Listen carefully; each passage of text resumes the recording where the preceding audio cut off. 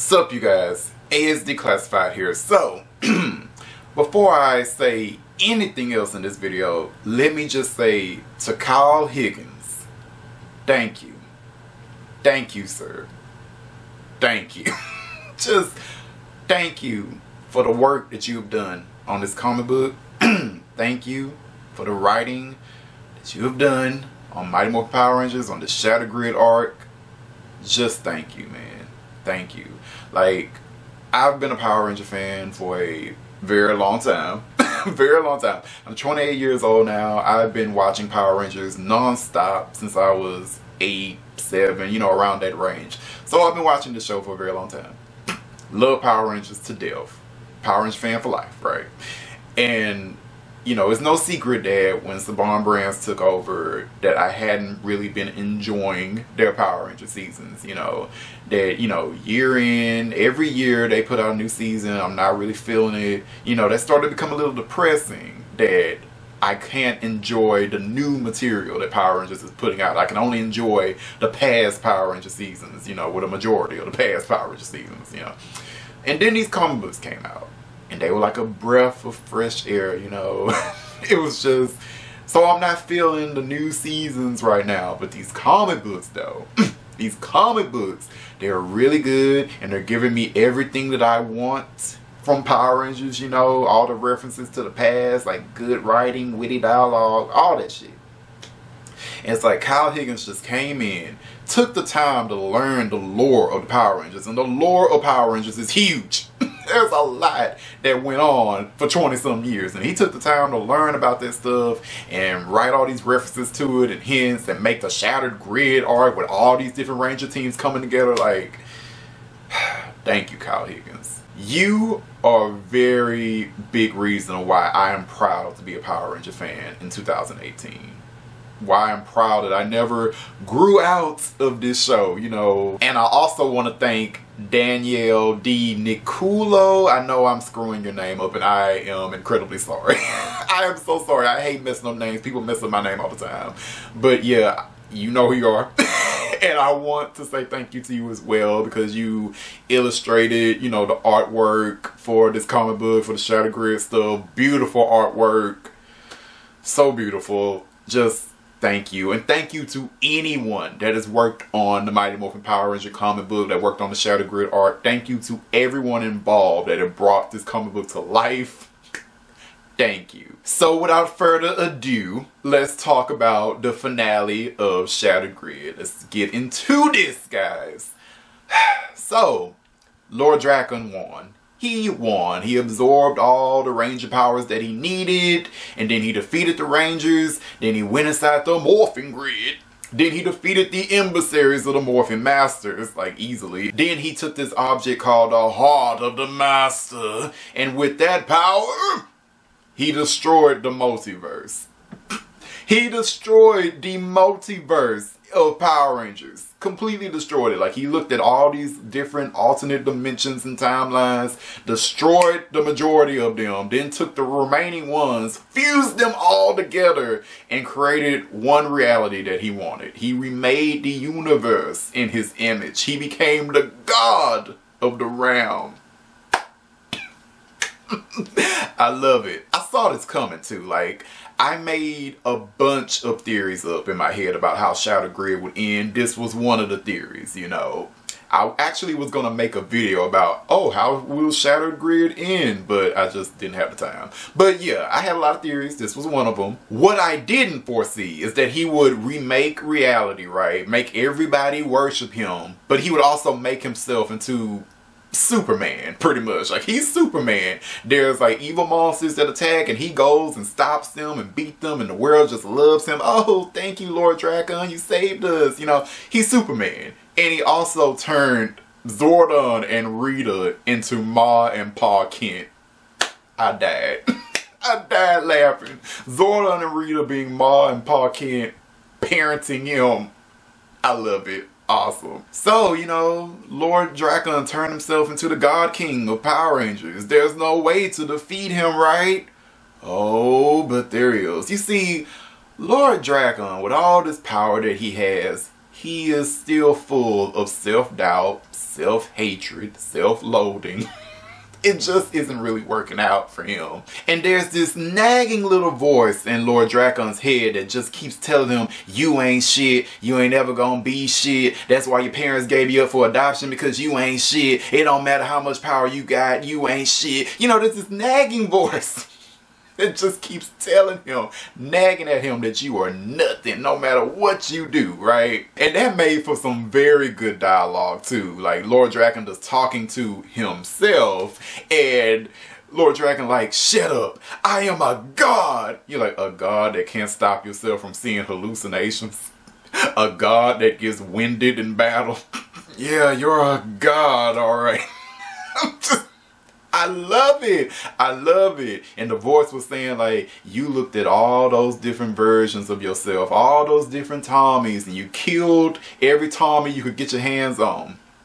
And you know why? You know the difference between all those Tommies and you?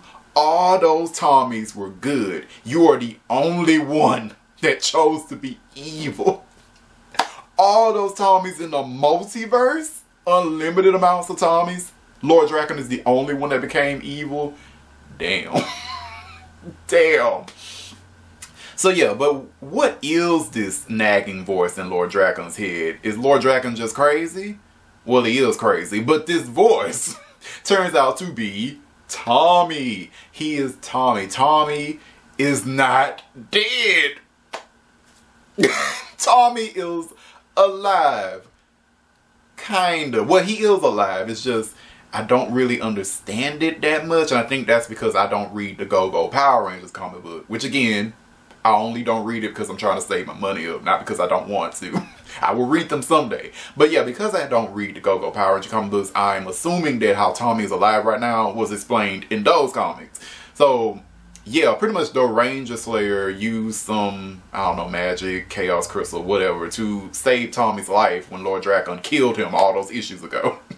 So yeah, Ranger Slayer ended up saving Tommy's life, but he couldn't come back to his body like immediately. So his spirit or whatever was trapped in the dimensions or whatever. So Tommy could see everything that was going on. He just couldn't interact with it. You know, so he saw his funeral, saw his friends mourn him. He saw the big battle they went through with Lord Drakkon. He saw Lord Drakkon win and rewrite all reality.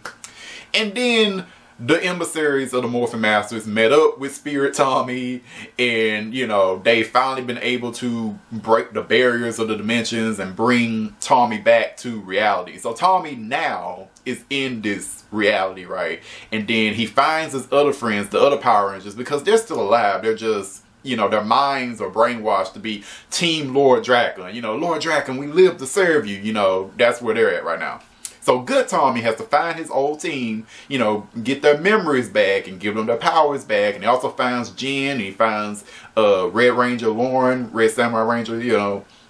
So all these Rangers with Tommy, they have to team up and fight Lord Drakkon. It's an awesome battle. Lord Drakkon and Tommy have a good one-on-one because they both touch, I think, the heart of the master. They both touch it, so that cancels out their powers. So they just had like a regular old, you know, martial arts fight. And good Tommy got the upper hand and whooped his ass and took the heart of the master back. And Lord Drakkon's defeated. So he's defeated. And in a scene that I really like Lord Drakkon's world was starting to fall apart, right?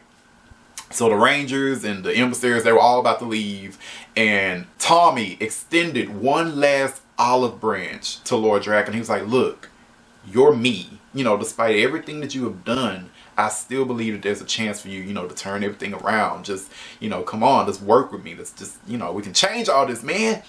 But Lord Drakkon turned his back on Tommy. Like, he just, no, there's no olive branches.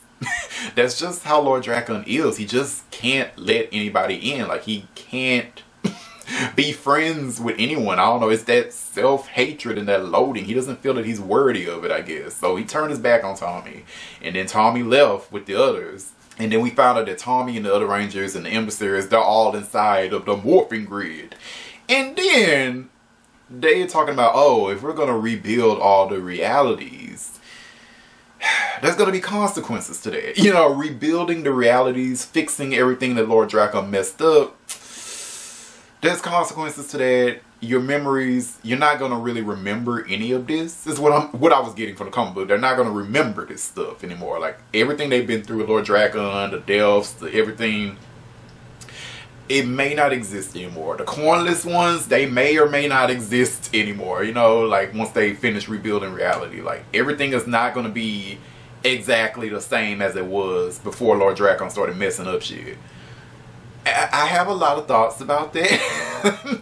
I don't know exactly what they mean by that yet. Like, what's going to be different? What's going to be the same? You know, I saw old dude on Twitter. I forgot his name, but he works at Hasbro, and I think he's responsible for the comic books, you know. But, yeah, he tweeted something like comparing it to Marvel, you know, with House of M comic books, talking about, oh, you know, Marvel had no more mutants, we have no more cell phones. I'm like, oh my god, what are you saying right now? Are you saying that when they rebuild reality, they're gonna turn themselves into the 90s versions of Mighty Morphin Power Rangers? That would be amazing. That would be amazing and interesting. But I like this modern age Mighty Morphin team, and I don't want to really see that go away, but interesting. But yeah, the issue, this is kind of the final pages of the comic book. Like, they're in the morphin grid, they're about to rebuild all of reality. Lauren and Jason say, you know, it was good while it lasted, you know, we didn't really get to fuck or anything, but you know, I like you, you like me, we know it, that's good enough, you know. Who else? Tommy and Kimberly finally shared a kiss. Like, damn, this sucks, we're gonna lose all these memories and stuff. Well, let's just kiss right now, baby, you know, we got this right now, you know. So they kiss, and then after that, the Rangers work on rebuilding reality. You know, the 6 Mighty Morphin Rangers, Lauren and Jen, they all work to rebuild the multiverse, and that's how it ends. It was a very bittersweet ending, but I loved it. Like, this comic book was really good. This whole arc of Shattered Grid was just amazing, phenomenal, more phenomenal. I love it. I just loved it, and the whole time it really made me think about Marvel. I didn't think about, well, actually I did think about House of M. It is similar to House of M, but I thought more about Secret Wars, 2015 Secret Wars, where Dr. Doom became the God King Doom and took over all the multiverse and created Battle World and all that shit. It reminded me a lot of that, especially at the end, and especially the self-loathing part, because Dr. Doom, with all the God powers of the universe, he was only defeated because of his self-loathing and self-hatred. So that's similar to Lord Drakkon there. But also at the end with the Fantastic Family. Because Reed Richards, his wife, Sue Storm, and their kids, they are the ones that rebuilt the multiverse after what Dr. Doom did. So this reminds me of that with the Mighty Morphin Rangers. They're going to be gone from reality for a while because they got to spend time in the Morphin Grid rebuilding everything. Very similar to that in a good way. And I love it. This is a really good issue. I know that Kyle Higgins and a lot of the creative team, they're leaving. This was their last issue, right? So Marguerite Bennett and her creative team are coming in next.